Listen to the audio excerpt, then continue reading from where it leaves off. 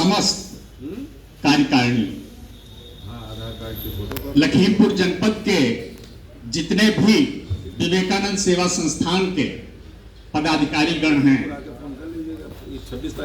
और इस कार्यक्रम में आए हुए सारे सम्मानित अतिथिगण, जैसा कि आप सभी को विदित है कि आज का यह कार्यक्रम एक तरफ जहां स्वामी विवेकानंद जयंती के रूप में मनाया जा रहा है, वहीं दूसरी तरफ राष्ट्रीय युवा दिवस के रूप में भी यह कार्यक्रम मनाया जा रहा है। इस कार्यक्रम का आयोजन बहुत ही सुंदर ढंग से विवेकानंद सेवा संस्थान सीतापुर कर रहा है। तो मैं इस कार्यक्रम के विवेकानंद सेवा संस्थान के समस्त पदाधिकारीगण, लखीमपुर जनपद के समस्त कार्यकारिणी के लोग और यहां आए हुए सारे अतिथिगणों का हार्दिक स्वागत और अभिनंदन करता हूं। कुछ समय से मैं श्री जायसवाल जी से मिला हूं, बहुत सारी चीजों पर हमारी बातें भी हुई हैं। आप जो कर रहे हैं उसके बारे में मैं अवगत भी हुआ हूं, तो मुझे बहुत अच्छा लगा कि आप विवेकानंद सेवा संस्थान के माध्यम से समाज सेवा का एक पुनीत यज्ञ कर रहे हैं और उसमें हमारे जनपद लखीमपुर खीरी की जो भूमिका हो सकती है, मैं देख रहा हूं और बहुत हर्षित भी हूं कि हमारे जनपद ने आपके इस सेवा संस्थान में बढ़ चढ़ करके अपनी सहभागिता सुनिश्चित की है और इसलिए मैं अपने जनपद लखीमपुर खीरी का भी हार्दिक स्वागत और अभिनंदन करता हूं। आज 12 जनवरी हम सबको खूब याद है, क्योंकि ये 12 जनवरी इतनी प्रसिद्ध हो गई है पूरे विश्व में स्वामी विवेकानंद जी के कारण कि आज पूरे विश्व में ये स्वामी जी की जयंती बड़े ही हर्ष और उल्लास के साथ मनाई जा रही है। तो मैं चाहता हूं कि आप सबकी तालियां आज इस जयंती के ऊपर जोरदार ढंग से हो। दूसरी तालियां राष्ट्रीय युवा दिवस के रूप में चूंकि हम इसको मना रहे हैं इसलिए, और तीसरी तालियां जिन्होंने ये इतना सुंदर आयोजन किया उनके लिए। मैं स्वामी विवेकानंद से लगभग 40 वर्षों से जुड़ा हुआ हूं और मैंने भी हरदोई में स्वामी जी के नाम से काफी कार्यक्रम किए थे। जब मैं हरदोई में पदस्थ था राजकीय सेवा में, तो मैंने बहुत सारे कार्यक्रम वहां भी किए थे। तो स्वामी जी का जो जीवन है, जो उनका दर्शन है, जो उन्होंने किया है भारत के लिए और जो उन्होंने किया है समग्र विश्व के लिए, समग्र मानवता के लिए, उसको शब्दों में अभिव्यक्त कर पाना बहुत कठिन है। थोड़ा सा आप समय मेरा निर्धारित कर दीजिए तो मैं उस हिसाब से अपना वक्तव्य रखूं। 15 minute. Thank you very much. 10 minute हो गए।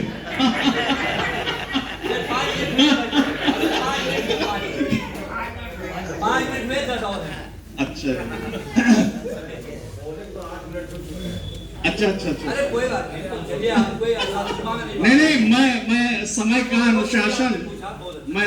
अनुशासन पालन करूंगा। तो मैं स्वामी जी का जो जीवन है, 12 जनवरी 1863 कलकत्ता 3 गौरमोहन स्ट्रीट, शिक्षा दीक्षा Scottish church college, presidency college, university of Calcutta, और अब हम आ जाते हैं 1881 में, 1881 में, और ये उनके जीवन का टर्निंग पॉइंट था। 1881 जब वो श्री रामकृष्ण परमहंस से मिलते हैं श्री रामकृष्ण परमहंस जी के साथ वो रहते हैं फ्रॉम 1881 टू 1886, 1881 से 1886 तक। यही वो कालखंड है जब नरेंद्रनाथ दत्ता स्वामी विवेकानंद में रूपांतरित हो जाते हैं।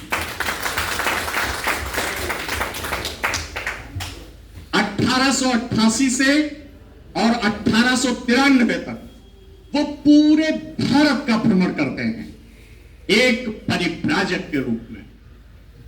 और आप लोग जानते हैं कि वो महान तिथि जो इतिहास बनाती है 11 सितंबर 1893, ये था शिकागो और ये था आर्ट इंस्टीट्यूट ऑफ शिकागो, जहां करीब 10,000 लोगों की अमेरिकन ऑडियंस थी, जहां पूरे विश्व के डिफरेंट रिलीजन्स के सारे डेलीगेट्स थे। एक से एक विद्वत समाज था वहां, और उस ऑडियंस को उन्होंने एड्रेस किया था sisters and brothers of America. उन्होंने उस एड्रेस को बदला जिसमें ladies and gentleman of America कहा जाता था, उन्होंने वहां कहा sisters and brothers of America. उसमें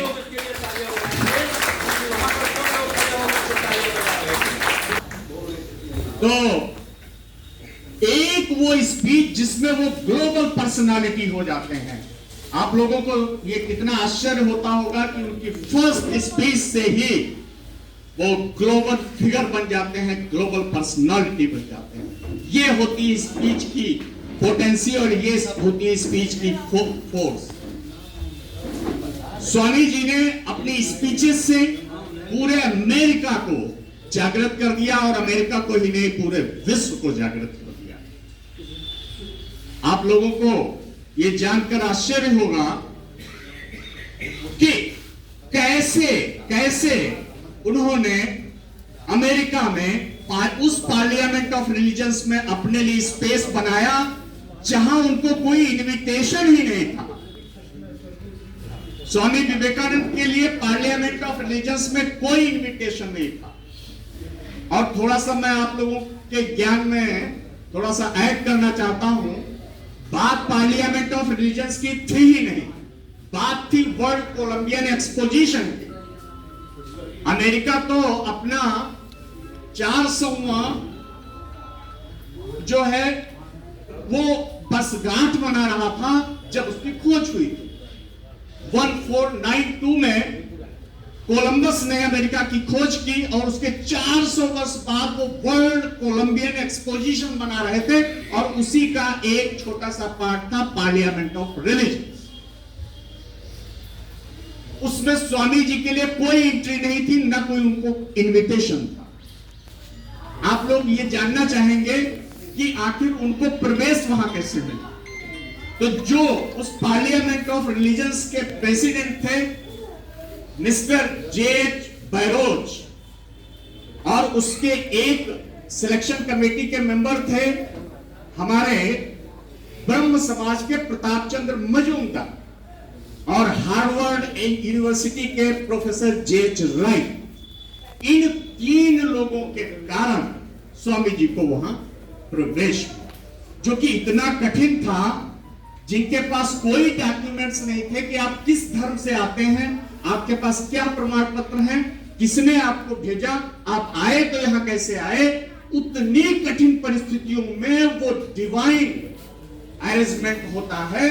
ये 3 लोग सामने आते हैं और स्वामी जी के लिए उस पार्लियामेंट ऑफ रिलीजन्स में एंट्री सुनिश्चित हो जाए।